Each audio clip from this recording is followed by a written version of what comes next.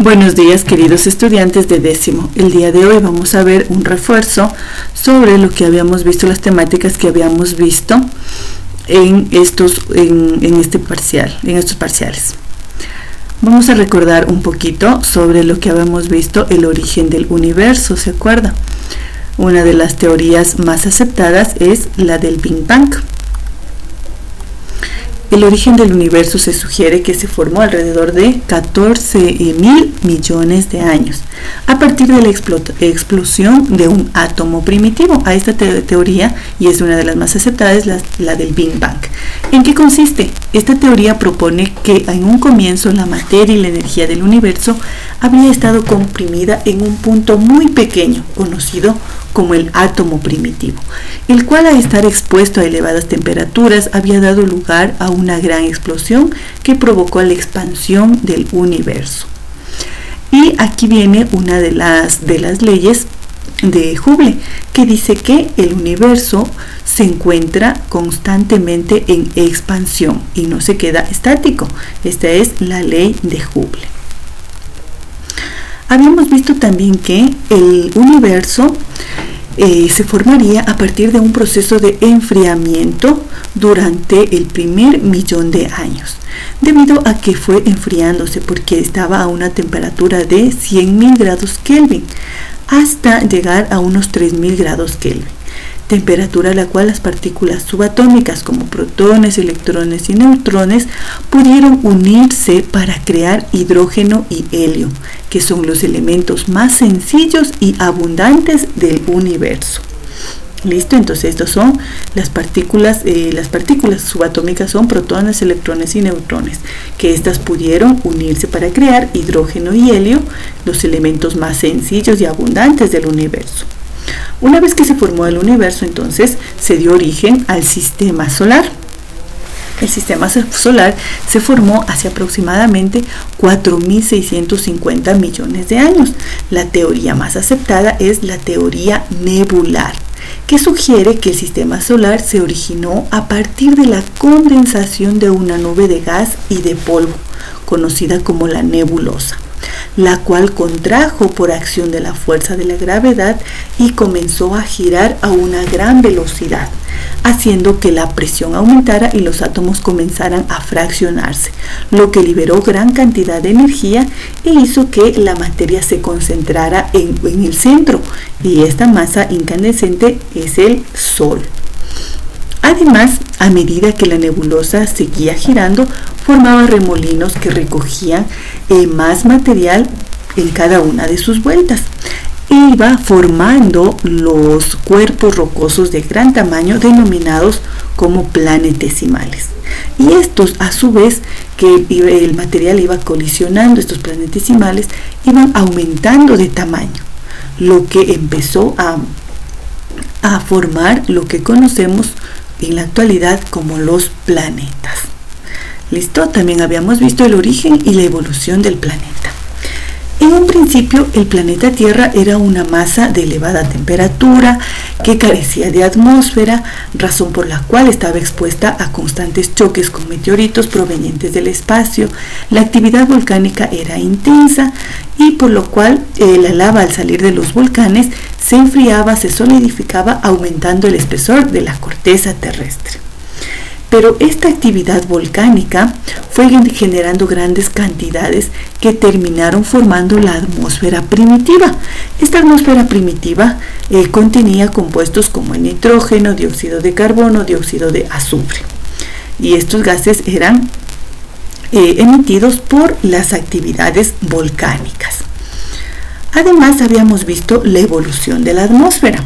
Entonces, la atmósfera primitiva, que contenía esos gases como dióxido de carbono, dióxido de azufre, nitrógeno, empezaron a surgir o a convertirse en gases muy importantes porque empezó los sucesos más importantes de la evolución. Entonces, la primera atmósfera, que se formó hace unos 4.650 millones de años a partir de sus gases más ligeros, surgió estos sucesos: aporte de nuevos gases, aparición del oxígeno y acumulación del ozono en las capas más altas de la atmósfera.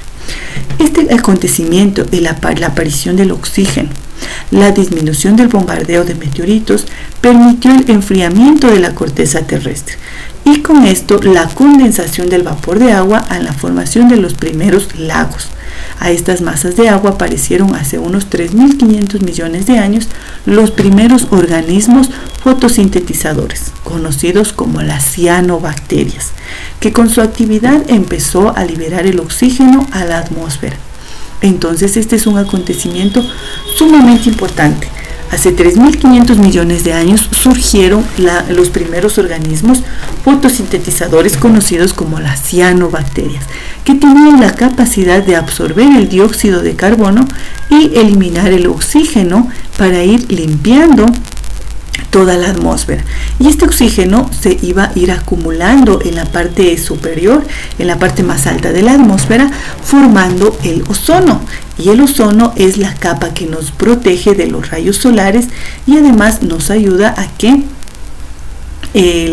el oxígeno se quede, y de esta manera los organismos empezaron a abandonar el agua para colonizar la parte del medio terrestre. ¿Listo? Habíamos visto también las capas de la Tierra. Aquí tenemos la representación sobre las capas de la Tierra, que está formado por el núcleo interno, núcleo externo, el manto y finalmente la corteza. En las erupciones volcánicas, entonces, la corteza era la capa que se hacía cada vez más gruesa. Habíamos visto también la evolución de la corteza terrestre y la organización de los planetas que tenemos hasta la actualidad. En orden, los planetas tenemos Mercurio, Venus, Tierra, Marte, Júpiter, Saturno, Urano, Neptuno. Recuerde que Plutón ya no es considerado un planeta, sino un protoplaneta, debido a que cada vez se está alejando más y por su tamaño. Además, aquí recuerda que habíamos visto unas preguntas. ¿Por qué en Marte no se puede albergar la vida?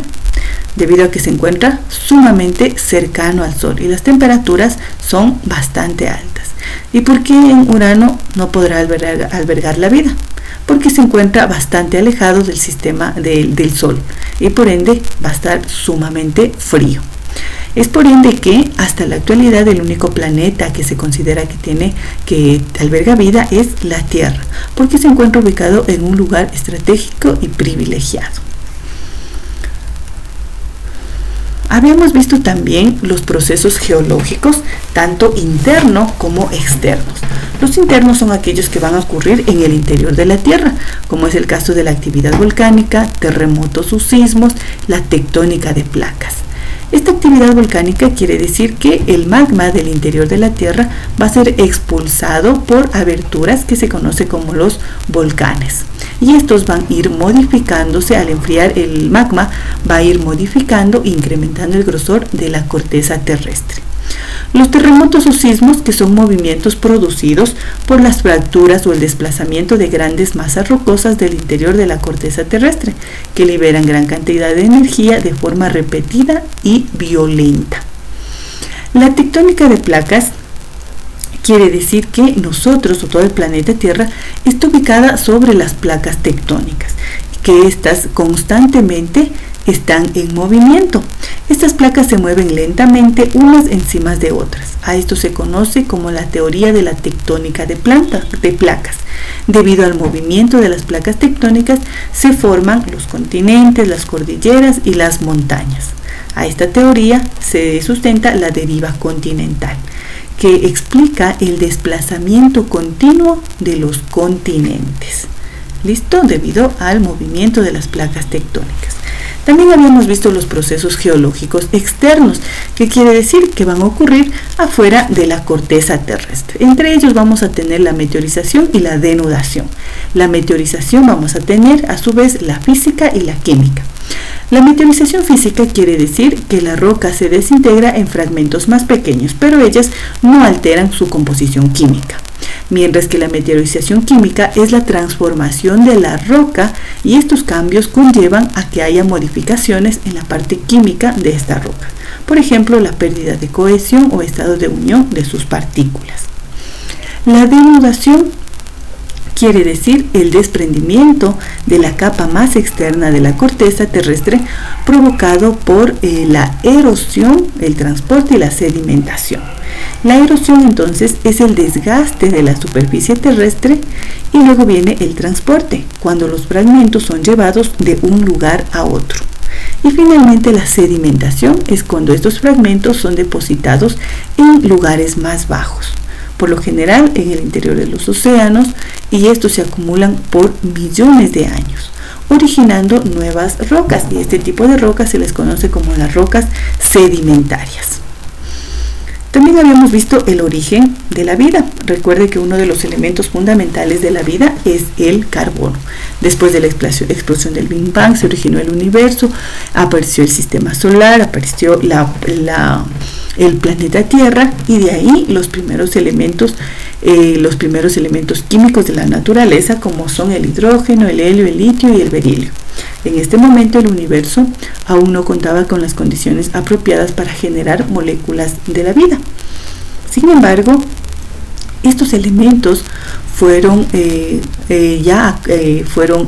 sometidos a condiciones óptimas para la formación de la primera generación de estrellas que originaron los elementos químicos que sustentan la vida, como son carbono, oxígeno y nitrógeno. Estos son los elementos fundamentales que ya dieron origen a la vida. Y para ello necesitábamos el origen del agua. Entonces el agua también tiene su origen y tenemos dos teorías: la teoría volcánica y la teoría de los extraterrestres. La teoría volcánica sostiene que el agua se formó gracias a reacciones entre átomos de hidrógeno y oxígeno a temperaturas elevadas, y estas moléculas, tras ser expulsadas junto a la lava durante las erupciones volcánicas, el vapor de agua se empezó a acumular en la atmósfera y luego empezó a formar las primeras lluvias. La teoría extraterrestre, en cambio, sugiere que el agua vino a la Tierra en forma de hielo traída por los meteoritos que constantemente impactaban la Tierra. También habíamos visto que para la explicación de la teoría de la vida tenemos algunas: el creacionismo, la panspermia, generación espontánea. Tenemos la teoría química y biosintética, que es la teoría más aceptada, debido a que nos dice que la vida se formó aquí mismo en la Tierra, pero en condiciones muy diferentes a las que conocemos en la actualidad. Se formó el caldo primitivo que dio origen a que las biomoléculas sencillas empezaran a formarse en biomoléculas más complejas. Estas biomoléculas dieron origen a las primeras células. La primera célula es la célula procariota. ¿Qué quiere decir procariota? Que no contiene un núcleo definido. Y estas, a su vez, con la teoría de la endosimbiosis, que quiere decir que estas células fueron acaparando cada vez más y formando las células eucariotas. Las células eucariotas ya contienen organelos, como es el caso de las mitocondrias, cloroplastos. Y estos ya son más complejos y cada uno van a cumplir funciones dentro de una célula eucariota. Y finalmente habíamos visto los principios de la biogeografía. Recuerde que la biogeografía es la ciencia que se encarga de la explicación de la distribución de los seres vivos en el planeta. Esto básicamente es lo que tenemos tanto en el cuaderno, en las diapositivas, en los videos que hemos venido presentando y en las actividades que usted ha venido realizando. Esto le va a servir para que pueda estudiar, por favor, para las evaluaciones que se nos vienen. Si tiene alguna duda, alguna pregunta, por favor, vamos a tener las clases de tutoría 2 horas a la semana antes de que dé la evaluación, para que usted pueda preguntar alguna situación que no haya quedado claro. Esperemos que con ello le vaya muy bien en las evaluaciones, que tengan un excelente día y gracias por su atención.